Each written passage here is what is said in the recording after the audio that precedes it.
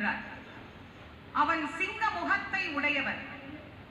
இறைவனிடத்திலே வரம் வாங்குகிற போது 1000 தலை 2000 கரங்கள் வேண்டும் என்று வரம் பெற்றான். அதுல என்ன சிறப்புன்னா, எத்தனை முறை பகைவர்கள் அதை அறுத்தாலும் அது மீண்டும் முளைக்க வேண்டும் என்கின்ற வரத்தையும் பெற்றார். முருகப்பெருமானை போர்க்களத்தில் முதலிலே சந்திக்கின்றான் சிங்கமுகன்.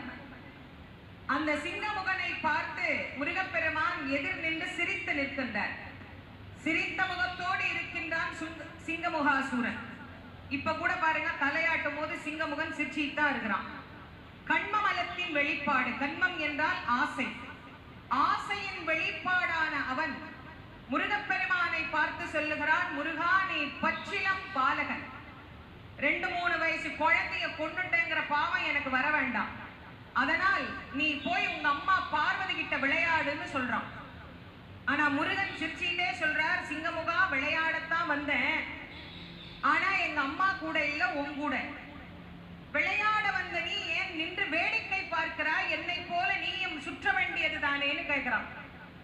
அப்போ முருகப்பெருமான் சிரிச்சிட்டே சொல்றாராமா, ஆடி அடங்குவது உங்கள் வேலை, உங்களை ஆட்டி வைத்து நின்ற இடத்திலேயே அடக்குவதுதான் என்னுடைய வேலை. ஆகவே நீ ஆடு, உன் ஆட்டம் எவ்வளவு வரை நீடிக்கிறது என்று நான் பார்க்கிறேன் என்று முருகப்பெருமான் சொல்ல, சிங்கமுகன் முடிந்தால் என் கரத்தையும் சிரத்தையும் அறுத்து பார் என்று கூறுகிறார். ஒவ்வொரு கரத்தையும் சிரத்தையும் அறுத்து தள்ள தள்ள மீண்டும் சிறகரங்கள் அவனுக்கு முளைத்துக் கொண்டே இருக்கிறது.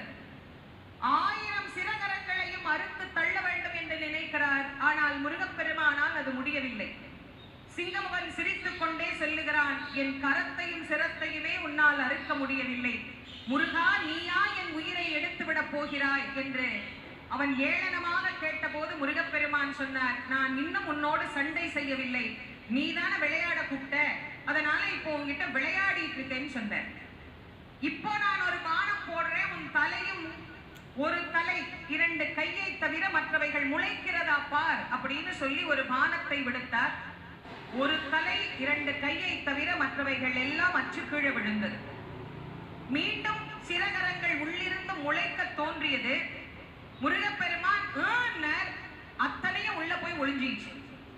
அப்பதான் சிங்கமுகனுக்கு ஒரு பயம் வந்தது. ஆஹா, இந்த முருகன் நம்மை கொன்று விடுவான் போல் தெரிகிறதே என யோசிக்க ஆரம்பித்தான். முருகா, நீ வளமையில் எல்லோரும் வைத்திருக்கிற ஆயுதங்களை வைத்து யுத்தம் செய்ய வரவில்லை. புதிதாக வேல் என்கிற ஏதோ ஒரு ஆயுதத்தை வாங்கி கொண்டு வந்திருக்கிறாய். அதுவும் உன் சொந்த வேலும் அல்ல, கடன் வாங்கி வந்த வேல். அந்த வேலை வைத்துக் கொண்டு எங்களை எல்லாம் நீ வேடிக்கை காட்டுகிறாய். வேலின்றி வேறு ஆயுதத்தால் எங்களை கொல்ல முடியுமா என்று சிங்கமுகன் கேட்டபோது முருகப்பெருமான் சொல்றார், சிங்கமுகா, உனக்கு வேல் கிடையாது, உனக்கு குளிசாயுதம் என்று ஒரு ஆயுதம் இருக்கிறது. அந்த ஆயுதம் தான் உனக்கு. ஏனெனில் அது ஞானம் இல்லாதவர்களுக்குத்தான் வேல். உனக்கு ஞானம் உண்டு, ஆனால் அது இப்போது மறைந்திருக்கிறது. அந்த மறைந்ததை நான் குளிசாயுதத்தினால் நீக்கி காட்டுகிறேன் என்று சொல்லி சிங்கமுகனுக்கு குளிசாயுதத்தை விடுத்து அவனுடைய கண்மத்தை அழித்து காட்டினார் முருகப்பெருமான். நமக்கு மனசுக்குள்ள எத்தனை ஆசை. சின்ன சின்ன ஆசையில ஆரம்பிச்சு கோடி கோடி கோடி கோடி ஆசைகள் வச்சிருக்கிறோம். அந்த ஆசைகளே நம்முடைய பிறவிக்கு காரணம். பிறவி நீங்க வேண்டும் என்று சொன்னால் இந்த செந்திலம்பதிக்குத்தான் வர வேண்டும். இதோ கண்மத்தை அழிக்க முருகப்பெருமான் தனது ஆயுதத்தோடு புறப்பட்டு விட்டார். எப்படி சிங்கமுகனின் கண்மம் அழிந்ததோ, அந்த சிங்கமுகன் அழிந்து தேவிக்கு சிங்கவாகனமாக பெற்றானோ, அதுபோல் நம்மிடத்திலே இருக்கக்கூடிய அத்தனை விதமான கண்மமும் அழிய வேண்டும் என்று வேண்டிக் கொள்ள வேண்டும். வெற்றிவேல் முருகனுக்கு, வீரவேல் முருகனுக்கு, ஞானவேல் முருகனுக்கு, சக்திவேல் முருகனுக்கு, செந்தில் நாதனுக்கு, ஜெயந்திநாதனுக்கு, சுப்பிரமணிய சுவாமிக்கு, செந்தூர் முருகனுக்கு, தனிகை நாதனுக்கு, பாலசுப்பிரமணியனுக்கு, வள்ளி மலாலனுக்கு, கார்த்திகேயனுக்கு, தண்டாயுதபாணிக்கு, சுவாமிநாத மூர்த்திக்கு, பழனிமலை ஆண்டவனுக்கு, திருத்தணிகை முருகனுக்கு, பழமுதிர்ச்சோலை பாலனுக்கு, திருப்பரங்குன்றம் முருகனுக்கு, சுவாமிமலை நாதனுக்கு, இதோ சிங்கமுகனின் தங்கத்தலை வீழ்ந்து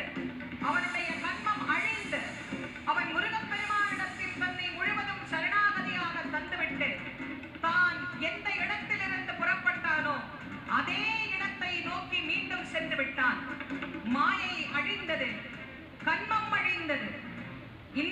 மிச்சம் இருக்கக்கூடியது ஆணவம் ஒன்றுதான். ஆணவம் அத்தனை சுலபமாக அழிந்து விடுமா என்ன? நான், எனது, என்னுடையது, என்னை தவிர இந்த உலகில் ஒருவரும் பெரியவன் இல்லை என்று எண்ணக்கூடிய சூரபதுமன் அதோ அங்கு தயாராகிக் கொண்டு